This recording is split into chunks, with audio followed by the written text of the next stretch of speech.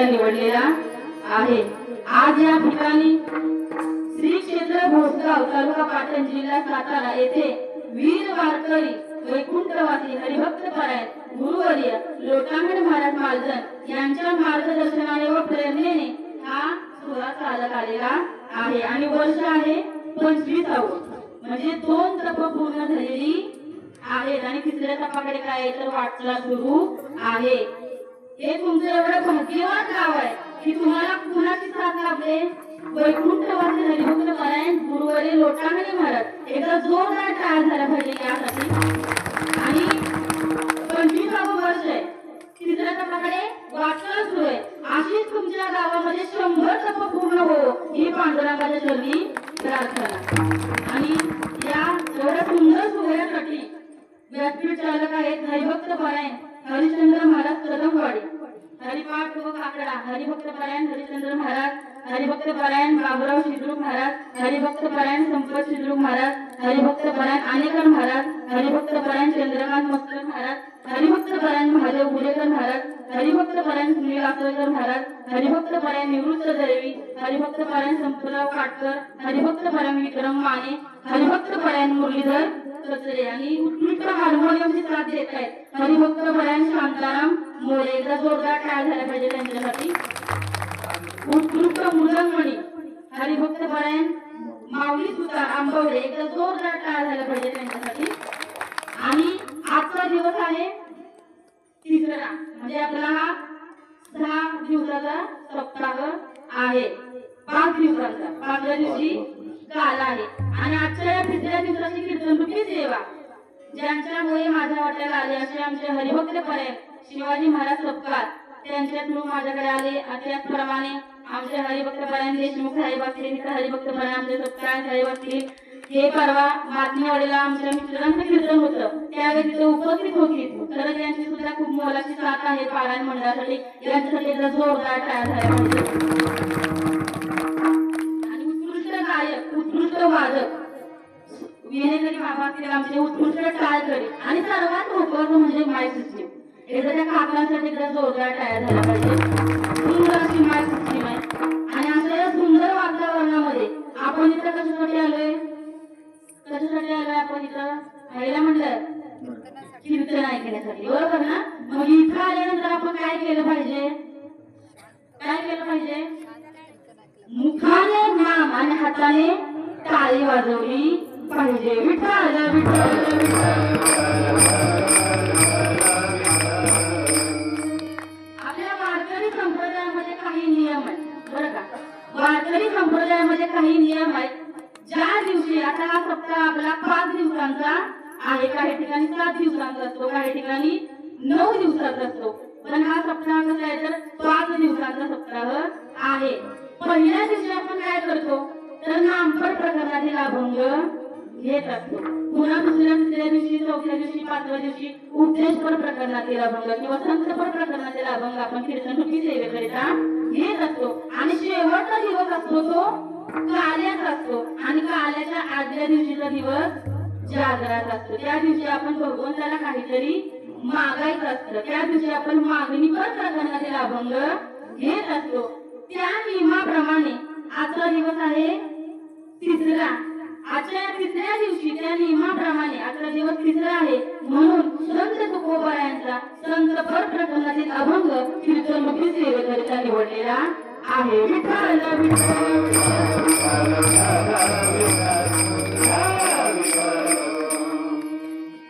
आता अभंग कोणाचा आहे? संत तुकोबारायांचा। आता स्वतः संत आहे तुकोबाराय, पण काय सांगताय?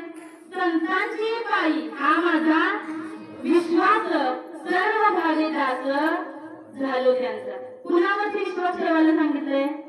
संतांच्या चरणावरती विश्वास ठेवायला सांगितलंय। आता विश्वास का ठेवायचा त्यांच्यावरती? फक्त विश्वास नाही ठेवायचा, तर सर्व भावानं त्या संतांचं काय व्हायचंय?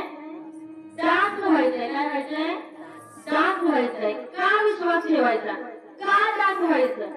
त्याचं कारण म्हणजे त्याची माझी हित करीती सकल जेणे हा गोपाळ कृपा करी। विश्वास का ठेवायचाय? कारण ते संत आपल्या हिताचं कार्य करतात। करतात हे संतच आपलं हित करतात म्हणून संतांच्या चरणावरती आपण विश्वास ठेवायचा आहे आणि त्यांचं काय करायचंय तर संपूर्ण शरीराने त्यांचं आपण दास व्हायचं आहे. आणि तिसऱ्या चरणामध्ये तुकोबारे सांगतात की भागली मज वाहतीला कडी त्यांची आहे जोडे सर्व सुख. ज्याप्रमाणे एखादी आई एखादी माऊली एखादी माता रस्त्याने चालत असताना आपल्या लहान बाळाला काय करते चालवत नेत असते. पण ज्या वेळेला त्या बाळाचे पाय दुखू लागतात त्यावेळेस ती आई ती माता ती माऊली काय करते हो त्या बाळाला कडेवरती उचलून घेते. त्याचप्रमाणे संत सुद्धा असतात. हे संत म्हणजे आपली आई आहे, हे संत म्हणजे आपली माऊली आहे, ते संत म्हणजे आपले माता आहे.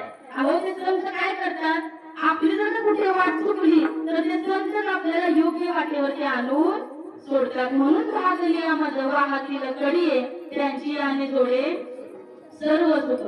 आणि शेवटी तुकोबारे सांगतात की तुका भय शेष सेविना आवडी वचन न मोडी बोलली येते. आता शेष म्हणजे काय तर शेष म्हणजे उचिष्ट उष्ट. काय सेवन करायला सांगितलंय जे काय संतांनी सांगून ठेवले जे काय संतांनी लिहून ठेवले त्याचं आपण सेवन केलं पाहिजे असा अभंगाचा सरळ भावार्थ आहे. विठ्ठल सर्व भावी जात झालो त्यांचा. स्वतः संत बोलायचं स्वतः संत तुकोबर आहे. पण काय सांगितलंय की संतांच्या चरणावरती आपण विश्वास ठेवला पाहिजे. विठ्ठल विठ्ठल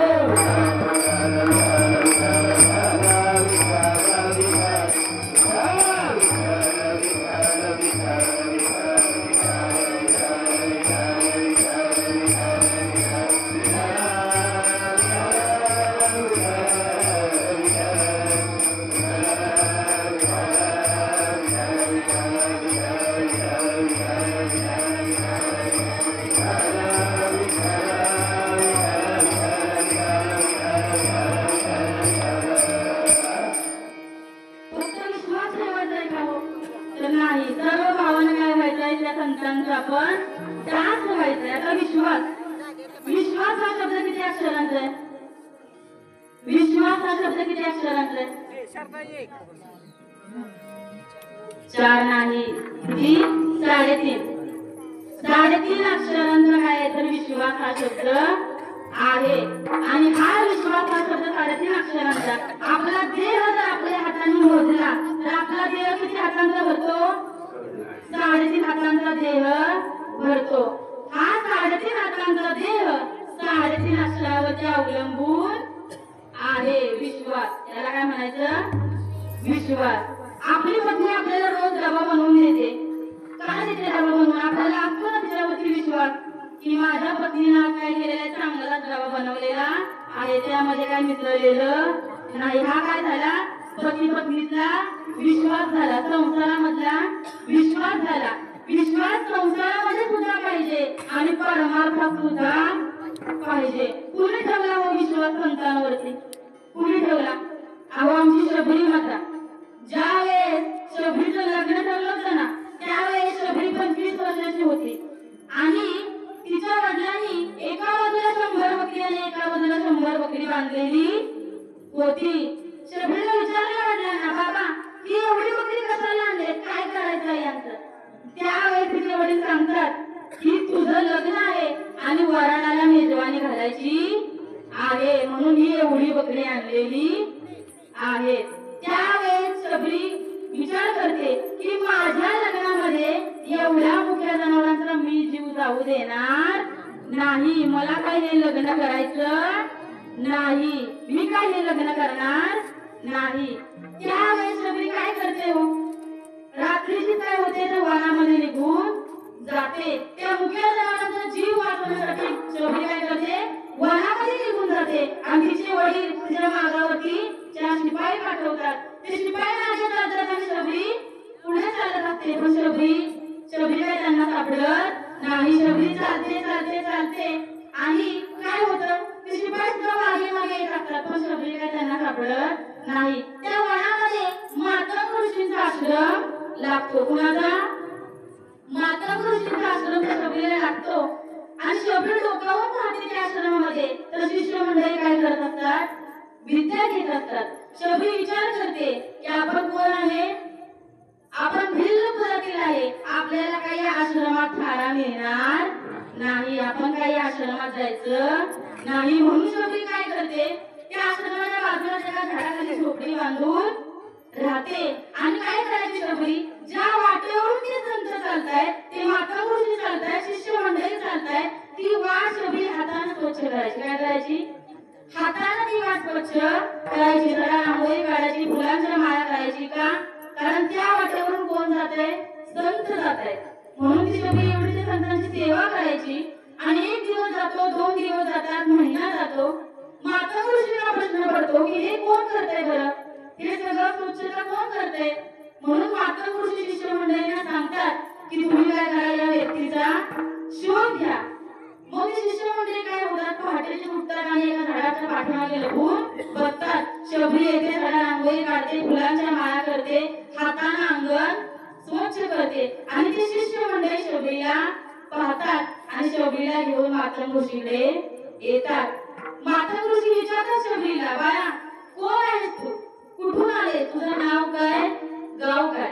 त्यावेळेस शबरी सांगते, बाबा असं असं माझं लग्न ठरलं होतं आणि त्या मुख्य जनावरांचा जीव वाचवण्यासाठी मी निघून आलेली आहे। मला काय आता परत त्या घरी जायचं नाही, मला काय आता ते लग्न सुद्धा करायचं नाही, मी काय त्या घरी जाणार नाही। त्या माता ऋषीला एवढा आनंद होतो, मला जेवढा आनंद होतो, ते विचार करतात की तू त्या मुख्य जनावरांचा जीव वाचवून इथं आलेली आणि आमची एवढी सेवा करते, तुला माहिती सुद्धा नाही की आम्ही कोण आहे, तरी तू आमची एवढी सेवा करते। तुला भेटायला एक दिवस कोण येणार आहे? प्रभू श्री रामचंद्र तुला भेटायला येणार आहे। आणि त्यावेळेस शबरी त्या संतांच्या चरणावरती विश्वास ठेवते। अहो महाराज, नुसता विश्वास नाही ठेवत, तर सर्व भावाने त्या संतांची काय होते? दासी होते। आणि काय करते? रोज पहाटेची उठायची, सडा रांगोळी काढायची, फुलांच्या माळा करायची। का? तर मला भेटायला कोण येणार आहे? प्रभू श्री रामचंद्र मला भेटायला येणार आहे। तुम्ही सांगितलंय, संतांनी सांगितलंय, संतांवरती विश्वास ठेवलेला आहे। जब मेरे राम जी का आवन होगा, शबरी की कुटिया का पावन होगा। जब मेरे राम जी का आवन होगा, शबरी की कुटिया का पावन होगा। जब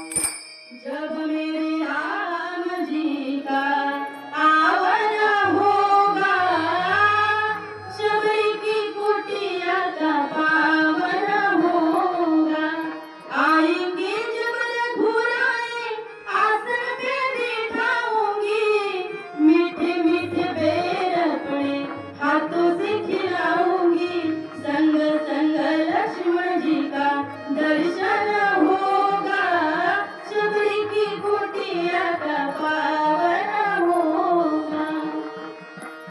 काय करते हो शबरी? पहाटेची उठायची, फुलांच्या माळा करायची, रांगोळी काढायची, अहो वनामध्ये जाऊन ती बोरं काढून आणायची आणि प्रत्येक बोर काय करायची, चाखून बघायची, गोड असेल तर माझ्या रामरायासाठी ठेवायची आणि कडू असेल ते टाकून द्यायची। एवढी तिनं बोरं साठवली होती महाराज। आणि एक दिवस त्या शबरीचं काय होतं तर ती प्रतीक्षा, ती तिची श्रेष्ठत्व काय होतं, फळाला येतं महाराज, तिची सेवा फळाला येते। आणि एक दिवस शबरीला भेटायला कोण येतं? प्रभू श्री रामचंद्र शबरीला भेटायला येतात। सजालो घर को गुलशन का, सजालो घर को गुलशन का, मेरे श्री राम आए हैं। सजालो घर को गुलशन का, मेरे श्री राम आए हैं।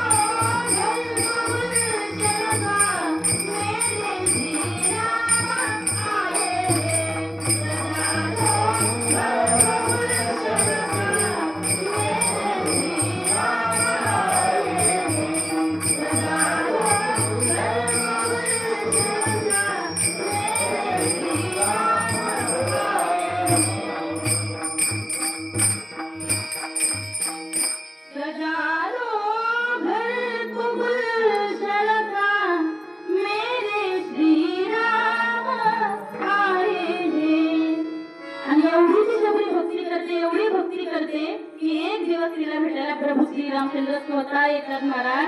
अशी आपली भक्ती असली पाहिजे। शबरीनं कुणावरती विश्वास ठेवला? संतांच्या चरणावरती विश्वास ठेवला आणि फक्त विश्वास न ठेवला, त्या संतांची ती काय झाली? दासी झाली। म्हणून तिचं काय झालं? तिला श्रेष्ठत्व द्यायला महाराज स्वतः शबरीला भेटायला प्रभू श्री रामचंद्र आले। म्हणून आपण विश्वास कुठं ठेवला पाहिजे याचं डोकं आपल्याला असणं गरजेचं आहे। आजकाल आपण काय करतो? कुणावरती सुद्धा विश्वास ठेवू लागलोय महाराज। जी लोक आपली नाही त्या लोकांवरती आपण विश्वास ठेवू लागलोय। कुणावरती विश्वास ठेवायचा याचं डोकं आपल्याला असलं पाहिजे। त्या संतांवरती आपण विश्वास ठेवला पाहिजे। पण त्या संतांवरती विश्वास ठेवण्याच्या आधी ते संत कोण आहेत ते आधी आपण ओळखलं पाहिजे। त्या संतांची लक्षणे काय आहेत महाराज? आजकाल आपला माणूस चंद्रावरती जाऊन आलाय। कुठे जाऊन आलाय? चंद्रावरती जाऊन आलाय। अहो संतांनी सांगितले, तुकोबाराय म्हणतात, चंद्र अमृत सुखे सेवविला, अर्धा जाता रवी दरवेला, भाया हेया सागर तरवेला, हरिच्या जागृती भेटीला होईल गा। कैसे कैसे आले भेट देते साधू, कैसे कैसे आले भेट देते साधू। आज आपला माणूस कुठे जाऊन आलाय? चंद्रावरती जाऊन आलाय। त्या चंद्रावरती असणारं अमृत भेटेल का आपल्याला? भेटेल का? आहे का शक्य?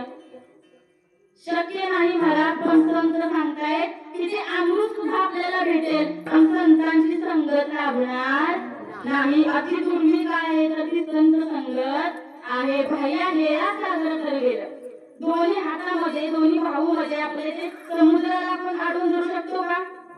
नाही धरू शकत महाराज। तरी सुद्धा संत सांगतायत की ते सुद्धा धरू, पण संतांची संगत लाभणार नाही।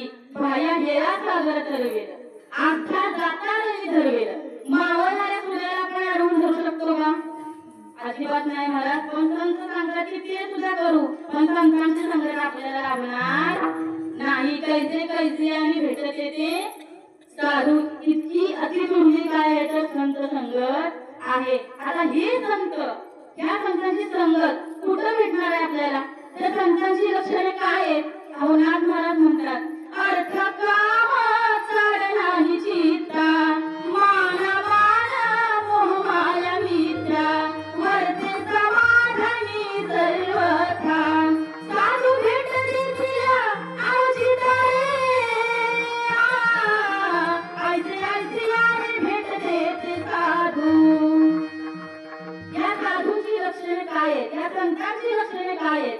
अर्थ काम चालणारी चित्ता, ज्याला पैशाशी काही सुद्धा घेणं देणं नाही, असे कोण आहेत?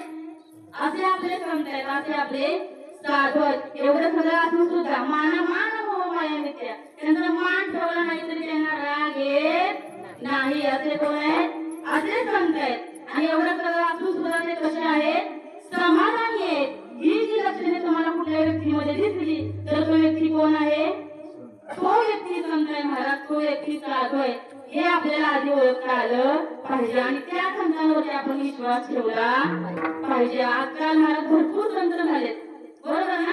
पण जे कोण संत आहेत त्यांच्यावरती आपण विश्वास ठेवला पाहिजे, त्या संतांचा आपण दास झालं पाहिजे. अहो संतांनी जन्म कशाकरता घेतलाय? जगाच्या कल्याणात. संतांच्या विभूती देह कष्टविधी परोपकारी अवतार तुम्हा या कारण उद्धर या जन जड जीवा, या जड जीवांचा उद्धार करण्यासाठी संतांनी जन्म घेतलेला आहे. अहो आमचे माऊली ज्ञानोबा त्यांना किती त्रास झाला हो, त्यांना कुणी मधुमेह सुद्धा वाढत नव्हतं. अहो त्यांच्या अंगावरती दगडफेक लोक करत होती तरी सुद्धा माऊली ज्ञानोबरायांनी कधी तोंडातून अपशब्द बाहेर काढला नाही. का नाही काढला? कारण त्यांचं अंतःकरण कसं होतं?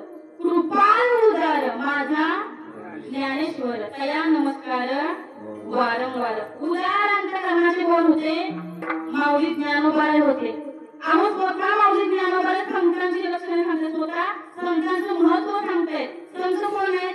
ज्ञानोबाराय. पण ज्ञानेश्वरी मध्ये ज्ञानोबाराय सांगतात ए रवी तरी मी मूर्खू जाहलाचे अविवेकू तरी संत कृपाची प्रभू सोज्वल असे. अहो स्वतः ज्ञानोबारांनी सांगितले ज्ञानेश्वरी मध्ये, मी आधी काय होतो? मी आधी मूर्ख होतो, पण संतांच्या संगतीमध्ये मी गेलो आणि माझा काय झाला? भाग्योदय झाला, माझं भाग्य उदयास आलं. हे स्वतः वाक्य आहेत कोणाची? माऊली ज्ञानोबारायांची. अहो 16व्या वर्षी ज्ञानेश्वरी लिहिली. कधी? 16व्या वर्षी. आणि आपण काय म्हणतो 16वं वर्ष धोक्याचं आहे का? 16वं वर्ष धोक्याचं आहे का? मग कसलं आहे? मोक्याचं आहे, मोक्याचं, धोक्याचं नाही. आणि आपण म्हणतोय 16 वर्ष धोक्याचं. अवघ्या तरुणपणामध्ये 16व्या वर्षी ज्ञानोबारांनी ज्ञानेश्वरी लिहिली आणि 22व्या वर्षी संजीवन समाधी घेतली. त्यांना भाग्यवंत नटे हरिकीर्तनाचं नाचू कीर्तनाचे रंगी ज्ञानदीप लावू जगे. आणि आपण म्हणतो 16 वर्ष धोक्याचं. अहो एखाद्या तरुण व्यक्तीला आपण म्हणालो की चला वारीला, चला कीर्तनाला, चला हरिपाठाला, चला प्रवचनाला, चला सप्त्याला, तर तो तरुण व्यक्ती काय म्हणतो? हो मी जर का वारीला आलो, मी जर का कीर्तनाला आलो तर मला कोण पोरगी देईल का? माझं लग्न होईल का? या आजकालच्या तरुणाची महाराज परिस्थिती आहे. पण स्वतः रामदास स्वामींनी सुंदर काव्य लिहिले की हा माणूस कसं जीवन जगतो, कसं आयुष्य काढतो. सावधान आधी सावध केलं, सावधान सावध सावधान वाचे वदनारायण, सावध सावधान वाचे वदनारायण. 10 वर्ष बालपण 20 वर्ष तारुण्य, 10 वर्ष बालपण 20 वर्ष तारुण्य. आम्ही जळला मदाना मग कैसा नारायण, सावध सावधान वाचे वदनारायण. 10 वर्षाचा काय तो? 10 वर्षाचा बालपण, 20 वर्षाचा तरुणपण. आणि त्या तरुणपणामध्ये आपल्या अंगात काय संचारतो? मदन संचारतो. मदन कुठला? पांडुरंग आणि कुठला? विठ्ठल म्हणतो की नाही आपण? सावध सावधान वाचे वदनारायण. त्या तरुण व्यक्तीला जर आपण म्हणालो चला वारीला चला कीर्तनाला तर तो व्यक्ती काय म्हणतो मी जर का वारीला आलो तर मला कोण पोरगी देईल का माझं लग्न होईल का 30 वर्ष होता दारपुत्र मागे फिरता सावध सावधान वाचे वदानारायण 30 वर्ष झाल्यानंतर काय होतं 30 वर्ष झालं की आपलं लग्न होतं आपल्याला मुलं बाळ होतात पुन्हा विचारलं का नाही चला वारीला चला कीर्तनाला चला हरिपाठाला तर तो व्यक्ती काय म्हणतो मुलगा काय माझ्याशिवाय राहत नाही आता काय मी वारीला कीर्तनाला येत नाही 40 वर्ष होता डोळा 40 येता 40 वर्ष होता डोळा 40 येता सावध सावधान वाचे वदानारायण सावध सावधान वाचे वदानारायण